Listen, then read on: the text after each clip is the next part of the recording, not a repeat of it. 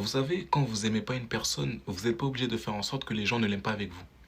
Vous pouvez ne pas l'aimer seul aussi, parce que vous aimez trop dire aux gens pour que les personnes la détestent aussi. C'est bon. Elle vous a fait un coup à vous, c'est ok. Peut-être c'est une bonne personne avec quelqu'un d'autre. Vous aimez trop manigancer les trucs et tout.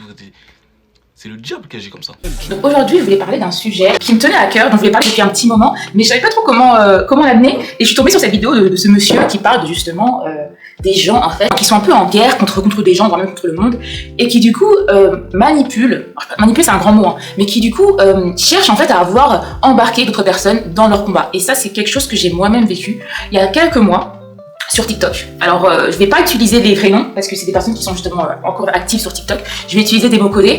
Donc, pour vous donner un peu le contexte, quand j'ai débarqué sur TikTok, c'était pour ma marque Papier Rouge, j'étais un peu en quête de connaître des gens, de voir comment ça se passe. Et pour ceux qui sont sur TikTok, vous savez que les lives TikTok, c'est un moyen de facilement en fait rencontrer des gens. Parce que quand vous montez sur un panel et que vous échangez avec des gens d'ailleurs que vous ne connaissez pas, bah c'est comme ça que vous rencontrez des gens. Et en plus, quand vous êtes abonné à des gens qui font souvent des lives TikTok, bah c'est un peu une sorte de rendez-vous en fait. Donc ça permet de vraiment rencontrer des gens, rencontrer virtuellement. Et du coup, c'est comme ça que j'ai fait la connaissance d'une personne. Alors je vais utiliser des noms codés, on va l'appeler Clarence. D'accord ? Donc retenez ce prénom, Clarence. Et du coup, j'ai découvert la communauté de Clarence. Donc c'est une communauté composée de femmes noires, donc qui était réservée aux femmes noires, et parce qu'on discutait de sujets comme le colorisme, la misogynie noire. Et moi, c'est des sujets qui m'intéressent. Alors même si je ne suis pas forcément, enfin je ne me définis pas comme féministe pour toute autre raison, mais je ne suis pas contre le féministe et je m'entends généralement bien avec des féministes.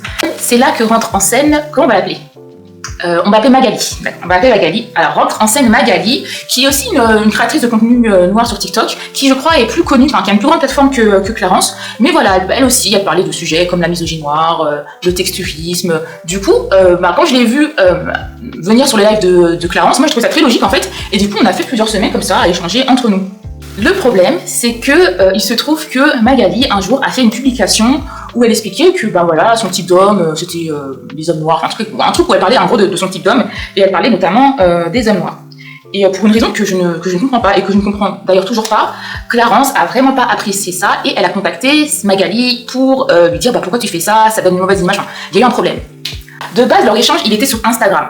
Mais du coup, il se trouve que Magali a fait du coup une en Subli pour dénoncer le fait que, mais en fait, pourquoi tu viens me demander des comptes pour un post que j'ai fait, enfin, genre, t'es pas ma mère, quoi. Et en même temps, c'est pas si faux que ça. Mais je comprends aussi un peu Clarence, parce que Clarence, elle avait aussi un positionnement beaucoup plus militant, beaucoup plus, pas anti-homme, mais je pense qu'elle avait vraiment un problème avec le fait que des femmes puissent ouvertement exprimer leur attirance vers tel ou tel homme. Elle était vraiment dans un positionnement plus militant, on n'a pas besoin des hommes, on ne veut pas parler des hommes. Donc, je vois un peu les deux perspectives, mais je trouve que cette histoire n'aurait jamais dû aller aussi loin, parce que vous allez voir que c'est allé très très loin. Du coup, Clarence, en voyant la publication en Subli, a fait un live, et c'est là que c'est parti très loin. Parce que vous savez, moi j'aime pas quand mes potes, enfin dans la vie de tous les jours, j'aime pas quand des potes à moi se disputent, franchement, j'aime pas ça. Et quand on a vu ça, alors parce que j'étais pas la seule, quand on a vu le live, plusieurs d'entre nous, on s'est dit, ouais, bon, ça, vas-y, c'est une petite embrouille, les filles, vous allez vous réconcilier, c'est bon. Enfin, je pense qu'on était plusieurs à pas trop prendre ça au sérieux, mais plus le live avançait et plus je voyais que ça, je sais pas comment expliquer la façon dont ça parlait, le ton, etc. Je trouve que ça allait un peu trop loin, et je trouve que ça a dégénéré. Et il se trouve qu'au bout d'un moment, du coup, Magali a fait un contre-live.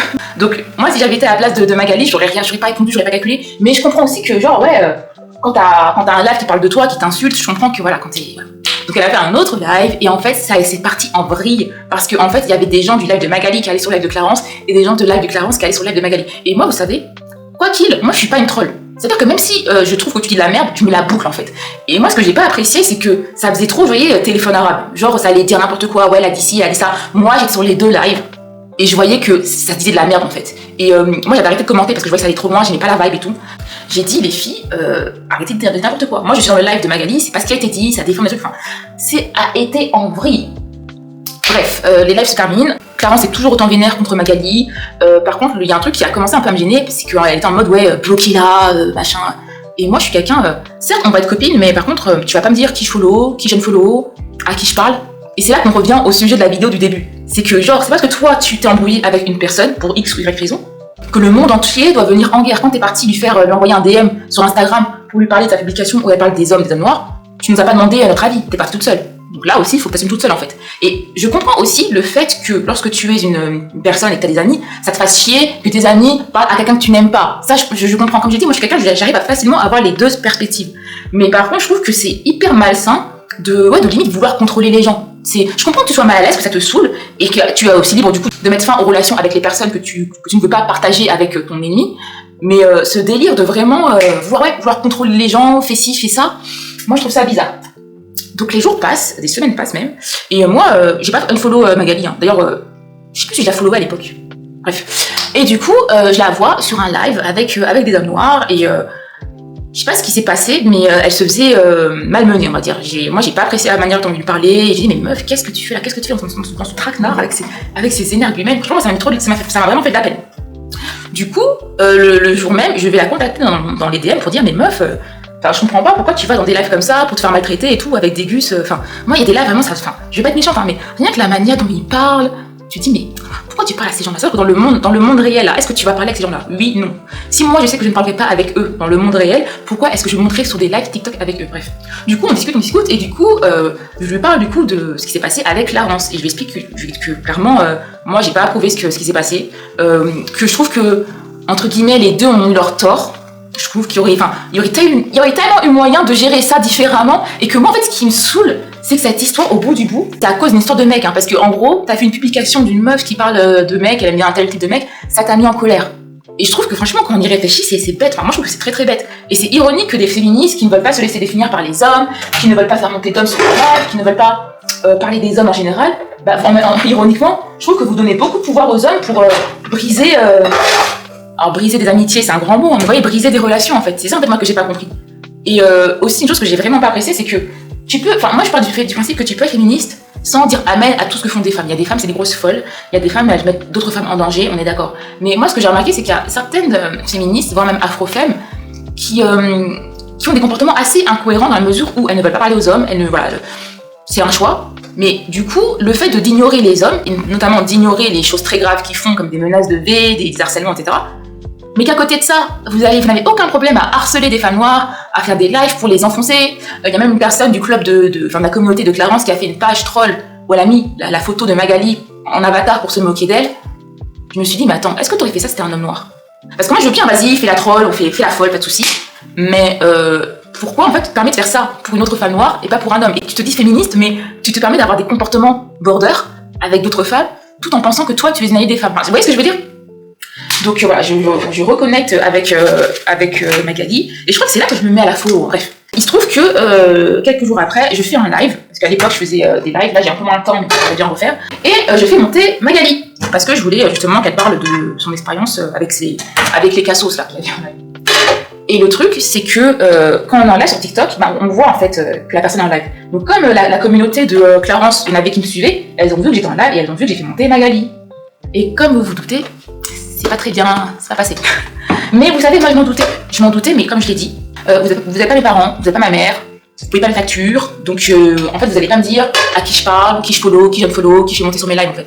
Pour moi c'était clair, donc moi je savais qu'en faisant ça, c'était limite un move kamikaze en fait, mais je m'en foutais, vraiment, et même aujourd'hui je m'en fous en fait. Il y a une fille qui vient en commentaire, une fille de la communauté Clarence, elle commence à dire n'importe quoi, insulter. En plus moi il y a un truc que j'aime pas, c'est quand moi je fais des lives, s'il vous plaît, les problèmes que vous avez avec les gens que je fais monter, gardez-les pour vous en fait, parce que moi si j'ai pas un problème avec cette personne là, pourquoi vous voulez importer vos problèmes sur mon panel? Moi je suis pas dans vos histoires, gardez ça chez vous en fait. Moi, elle commence à raconter n'importe quoi, et je lui dis calmement, calme-toi en fait, enfin, c'est pas la déchetterie ici, calme-toi, on est des adultes.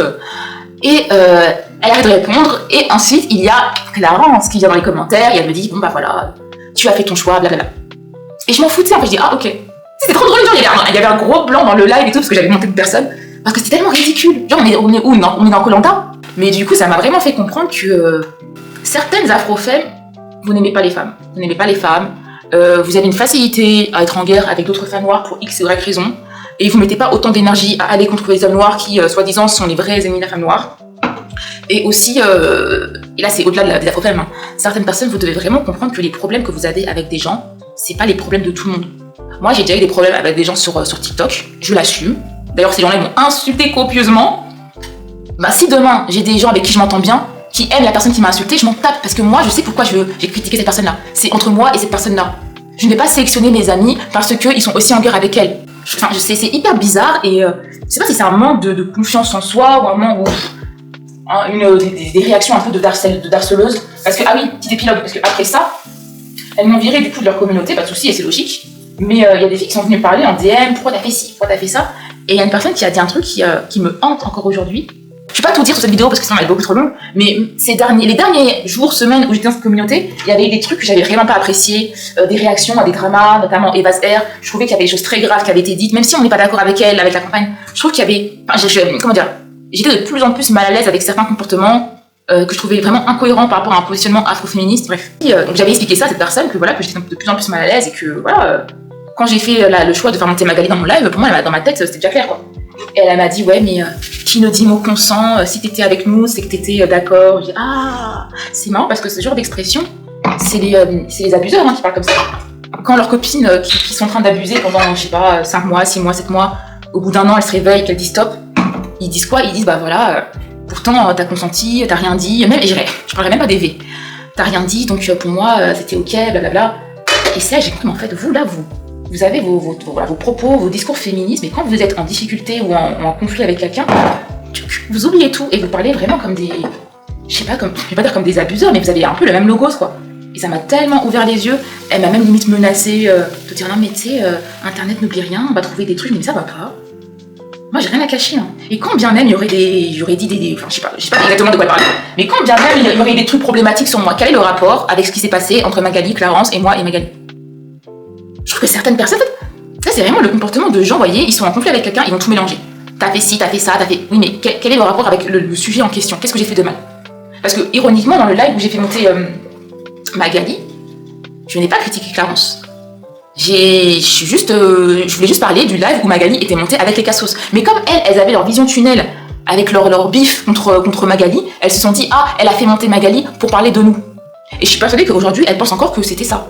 Tellement dans leur tête, elles sont en boucle. Elles ne comprennent pas que le monde ne tourne pas autour d'elles et qu'il peut y avoir tout un tas de raisons pour lesquelles on interagit avec d'autres personnes. Ah oui, aussi, elles m'ont toutes unfollow. Donc, après, c'est pas beaucoup, hein, je vais perdre une dizaine de followers.